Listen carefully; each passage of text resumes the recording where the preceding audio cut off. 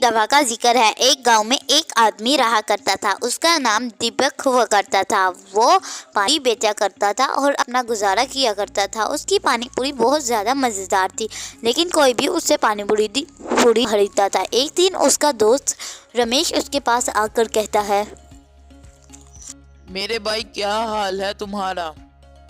मैं ठीक हूँ, तुम बताओ तुम्हारा क्या हाल है और क्या चल रहा है? अरे भाई तुझे पता है पिछले महीने मैंने एक दुकान खोली थी, अब वो भी नहीं चल रही। मैंने इतना कर्ज उठाकर उस दुकान को खोला था, अब तुम ही कुछ बताओ। भाई तुम्हारे साथ बहुत बुरा हुआ, लेकिन मेरे दिमाग में एक आइडिया है। तुम दुकान को बाजार में लगा लो और उसका रेट कम कर दो, इस वजह से तुम्हारी पानी पूरी बिकने लग पड़ेगी।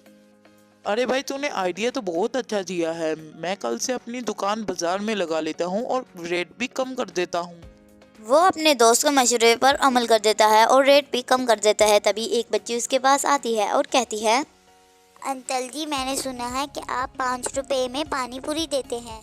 जी बेटा, आपने बिल्कुल ठीक सुना है। मैं पानी पूरी भी बहुत अच्छी बनाता हूँ और वो भी 5 रुपए में देता हूँ। अरे वाह अंकल जी, ये तो बहुत ज़्यादा अच्छी बात है। मैं ऐसा करती हूँ, अपने दोस्तों को भी बुला लाती हूँ, वो भी आपसे पानी पूरी लेकर खाएंगे।